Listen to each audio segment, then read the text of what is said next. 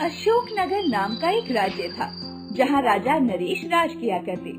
उसकी रानी का नाम लीलावती और राजकुमार का नाम महेंद्र था। वैसे तो वो एक अच्छा राजा था, लेकिन उसमें बस एक कमी थी, वो अपनी प्रजा के साथ बेईमानी करता था। सेनापति, महारानी कल राज्य भ्रमण के लिए गई थी, तो उनका बेशकीमती हार कहीं गिर गया है। अरे ये तो बहुत बुरा हुआ। अरे पूरी बात तो सुन ले, फालतू की चमचागिरी मत दिखा। जी जी जी महाराज जी, बोलिए। राज में घोषणा कर दो कि जो भी महारानी के उस हार को ढूंढ कर लाएगा उसे उससे भी ज्यादा कीमत का इनाम मिलेगा। ठीक है महाराज। सेनापति ने राज्य में घोषणा करवा दी और अगले ही दिन एक आदमी वो हार लेकर आ गया। महाराज, मैं आपका हार ले आया, मैं आपका हार ले आया।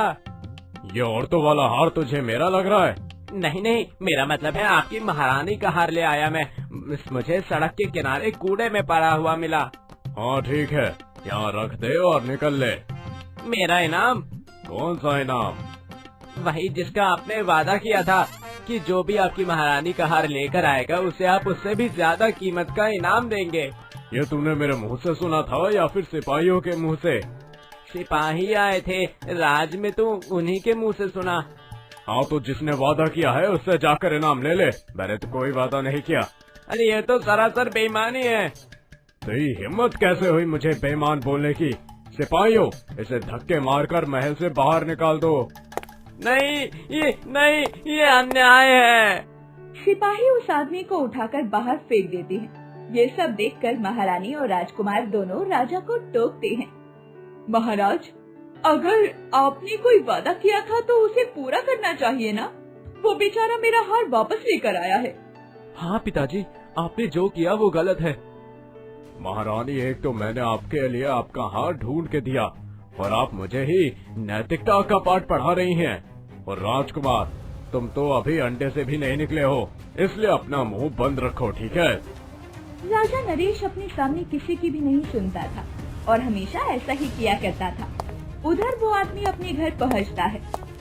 क्या हुआ पिताजी, आप इतना गुस्से में क्यों लग रहे हैं? अरे मैंने महारानी का हार ढूंढकर वापस किया और बदले में इनाम क्या मिला? लात। राजा नरेश बहुत बेईमान है। क्या उसने इनाम नहीं दिया? बिल्कुल नहीं, उल्टा मुझे महल से धक्के मारकर बाहर फिकवा दिया। कहता है सिपाही ने वादा किया था तो उसी से जाकर ले ले। ऐसा बेईमान आदमी मैंने कहीं नहीं देखा। पिताजी, अब समय आ गया है कि अब इस राजा को उसकी औकात दिखाई जाए। अरे संजय बेटा, तू क्या करने वाला है? अब फिक्र ना करो, बस देखते जाओ मैं राजा को कैसे सबक सिखाता हूँ। अगले दिन राजकुमार महेंद्र राज्य भ्रमण पर निकला। उसके रथ के साथ सुरक्षा कर्मी और सेवक भी थे। लेकिन जब रथ महल लौटा तो सभी चौंक गए, क्योंकि राजकुमार गायब था। रथ में बस एक चिट्ठी रखी थी। महाराज, ये देखिए, रथ तो खाली है और इसमें एक चिट्ठी रखी है। क्या? राजकुमार कहाँ गया? जल्दी से वो चिट्ठी मुझे दो। राजा नरेश जल्दी से चिट्ठी खोलता है और पढ़ने लगता है। उसमें लिखा था कि अगर अपने राजकुमार को सही सलामत वापस देखना चाहते हो तो पूरा खजाना मेरे हवाले कर दो, वरना राजकुमार को भूल जाओ। महाराज, हमारे बेटे का अपहरण हो गया है, कुछ भी करके उसे वापस लाइए। घोषणा कर दो, जो भी मेरे बेटे को ढूंढकर वापस लाएगा उसे दरबार में सबसे ऊंचा पद दिया जाएगा। राजा ने पूरे राज्य में घोषणा करवा दी। सभी लोग राजकुमार को ढूंढने में जुट गए और आखिरकार एक दिन के बाद एक आदमी राजकुमार को ढूंढकर महल ले आया। हाय मेरा बच्चा, तू कहाँ चला गया था? मेरी तो जान ही निकल गई थी। महाराज, आपके बेटे को मैं सही सलामत वापस ले आया हूँ। अब मुझे सबसे ऊंचा पद दे दीजिए जिसका आपने वादा किया था। सबसे ऊंचा पद? अच्छा बच्चू, तेरी औकात महल की सीढ़ियों पर बैठने की भी नहीं है और चला है दरबार में बैठने। चुपचाप निकल जा यहाँ से। ये सुनकर दरबार में सभी चौंक गए। पिताजी, आपने इस आदमी से वादा किया था और अब आप अपने ही वादे से मुकर रहे हैं। ये तो सरासर बेईमानी है। तुम्हें चुप रहने के लिए कहा था ना। ये राज मेरी मर्जी से चलता है और मैं जिसे चाहूँ उसे इनाम दूं या ना दूं। वो आदमी चुपचाप सर झुकाकर वहाँ से चला गया। लेकिन अगली सुबह राजा नरेश और रानी लीलावती जैसे ही उठे, उन्होंने देखा कि राजकुमार महेंद्र अपने कक्ष से गायब था। बिस्तर पर एक चिट्ठी पड़ी थी जिसमें लिखा था, इस बार मुझे राज्य नहीं चाहिए, बल्कि इसकी मौत चाहिए। शाम तक तुम्हें इसका सर मिल जाएगा। महाराज, ये क्या हो गया? अरे बाप रे, इस बार तो सचमुच बुरा फंसे। सेनापति, सेनापति! सेनापति तुरंत हाजिर होता है। तुरंत राजकुमार को ढूंढो। अगर उसे कुछ हुआ तो मेरा क्या होगा? मेरा मतलब है राज की शान चली जाएगी।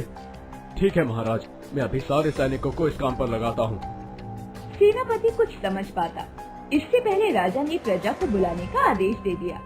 जब सभी लोग महल के बाहर जमा हो गए, राजा नरेश जनता के सामने आया।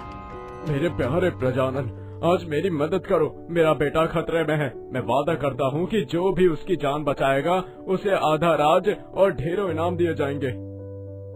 प्रजा राजा की बात सुनकर एकदम शांत खड़ी रही।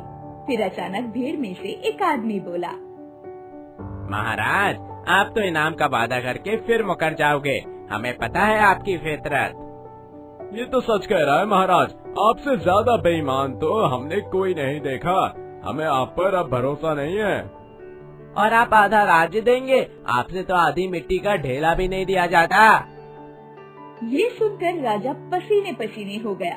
उसने मिन्नतें करनी शुरू कर दी। इस बार मैं सच कह रहा हूँ, मैं कोई बेईमानी नहीं कर रहा हूँ। मेरी मदद करो, मेरा बेटा खतरे में है। महाराज, आपको आपकी बेईमानी का फल मिल रहा है। अब भुगतो। कोई भी प्रजानन मदद करने के लिए आगे नहीं आया। राजा उदास और घबराहट के साथ वापस अपने दरबार में पहुंचा और दरबारियों से बोला, तुम सभी बताओ, अब क्या किया जाए? कोई सुझाव दो। महाराज, आप ऐलान कर दो कि राजकुमार की जगह आप मरने को तैयार हो। तू पागल है, चुप रहे। महाराज, क्यों ना आप राजपद को छोड़ दो और बोल दो कि ये आप अपहरण करने वाले को दे रहे हो। तुझे कौन यहाँ पे लेकर आया? जा यहाँ से। महाराज, उसने लिखा था कि वो राजकुमार का सिर भेजेगा, तो अब सिर आ जाएगा तो उसी से पूछ लेंगे कि बाकी धड़ कहाँ है। सिर के साथ तो मुंह आएगा ही ना। राजा ये सुनकर अपना सर पकड़कर बैठ गया। उसे अपनी बेईमानी पर पछतावा होने लगा। तभी सेनापति दौड़ते हुए अंदर आया और उसके पीछे सिपाही संजय के साथ राजकुमार को लेकर आ रहे थे। महाराज, मिल गए राजकुमार, और इसके साथ ये लड़का संजय भी है। संजय, इसने मेरे बेटे का अपहरण किया है। इसे अभी के अभी फांसी पर लटका दो। महाराज, हमें भी यही लगा था कि संजय ने राजकुमार का अपहरण किया है, पर असल में ऐसा नहीं है। राजकुमार खुद ही संजय के साथ बैठे थे और वापस आने को तैयार ही नहीं थे। क्या? ये क्या नाटक है? पिताजी, असल में संजय मेरा दोस्त है। उसके पिता के साथ आपने बेईमानी की थी और हमने सोचा कि आपको सबक सिखाया जाए कि बेईमानी कितनी महंगी साबित हो सकती है। क्या ये सब एक आम इंसान के लिए? ये आम इंसान मेरा दोस्त है। और पिताजी, आपने सिर्फ प्रजा से ही नहीं बल्कि मुझसे भी बेईमानी की है। आपने कहा था कि अगर मैं घुड़सवारी सीख लूंगा तो आप मुझे विदेश लेकर जाएंगे, लेकिन आपने कभी अपना वादा पूरा नहीं किया।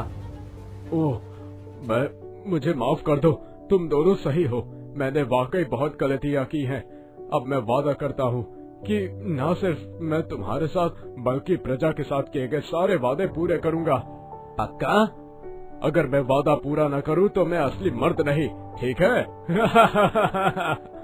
ठीक।